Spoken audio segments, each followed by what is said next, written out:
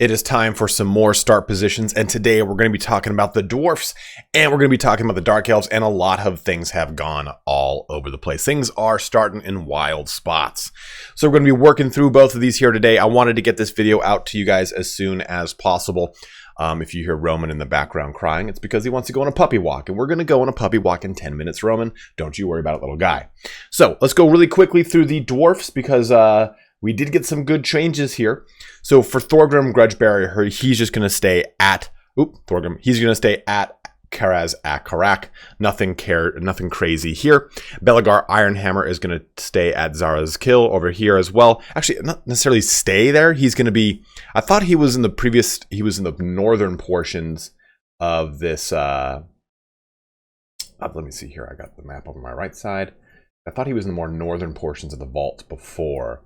And yeah, he was up at this tail portion that kind of connects over to the pass in between the Southern Grey and the Black Mountain. So that has moved just a little bit, nothing substantial, but nonetheless, it is a move.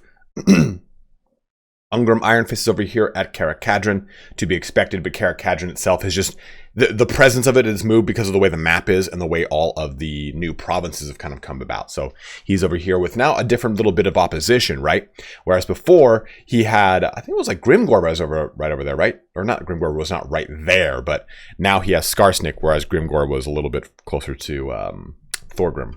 I'm just all over the place with that. Let me take a look. Look at the map. Yeah. Grimgor was south of Thorgrim. Now he is far northeast. So Skarsnik is right south of Ungrim nowadays. So it'll be kind of wild over there for both of those dwarfs as they deal with Skarsnik. But you also get Thoric Ironbrow back at Karak Zorn. I have been saying Karak Azul because he's usually associated with Karak Azul. But Karak Zorn is the lost hold, right? The one in the Southlands that was attacked by a mysterious force, hint Lizardmen. But we have him down over here at Karak Zorn. Nothing changed there. But the big one is Grombrindal over in Dracula Spire. Now, of course, this is something that was teased in the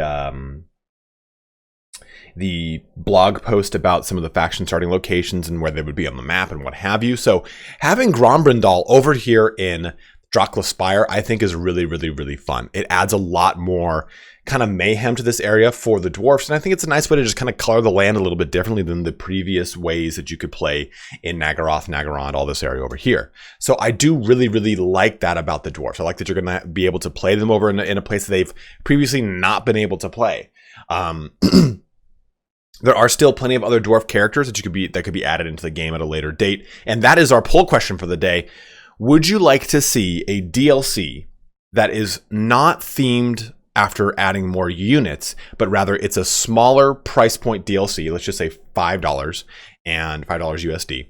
And instead of it adding like, hey, here's one lord with one hero or other generic lord and a handful of other units, instead it's just like, hey, this is the dwarfs versus the Dark Elf DLC, and it adds 2 or 3 legendary lords of each. Like, no real actual new units, but you get a new lord with new campaign mechanics. I would love to see lord packs that are kind of comprised like that. Smaller impact packs that add in a handful of legendary lords for factions. So go ahead and let me know in the comment section below. Would you like to see something like that instead, right? Would you like to see not the full-blown DLC packs that we've had in the past, but a smaller size one that just simply adds lords of a specific race? Go ahead and let that be known in the comment section below. Moving into the Dark Elves, we get another big set of kind of moving targets here. So let's go ahead and do that. Now, to be expected, Malekith is in Nagaron. You know, I wouldn't have expected that to move. But Morathi is now at the ancient city of Quintex. As before, I don't think she was that far. Oh, no, she was that far south. Yeah, I guess so. I'm thinking more of her Vortex map starting location, which is further north. So yeah, she's still there. And Crone Hellebron is at Harganeth. Now, Lokir Fellheart is all the way on the other side of the map over here at Hai Chai. Now, he can move over to one of the the sea lanes and jump back over into this region, and then use another sea lane to jump up into the Sea of Malice. So he does have that capability, which is kind of nice. He has a way to kind of get back to the Dark Elf lands if he wants to take over Karen Carr and remove Alithanar from it. And it'd be really cool if that was like part of a new set of objectives for him. It's like, hey, now you can actually start over there and move your way back into take over Karen Carr. I think that'd be kind of cool for an overall objective for him. Now for Malice Darkblade, we have him at Blackrock over here, and he also owns Haggrafe. So Blackrock, huh? I thought Blackrock was down here, where right by where Grimgore used to start. Maybe there's like 40 Blackrocks in this goddamn game, just like in World of Warcraft. There's like Blackrock Spire, all this sort of shit. Either way, Malice Darkblade is up at Blackrock, but that does kind of play along with his lore, right?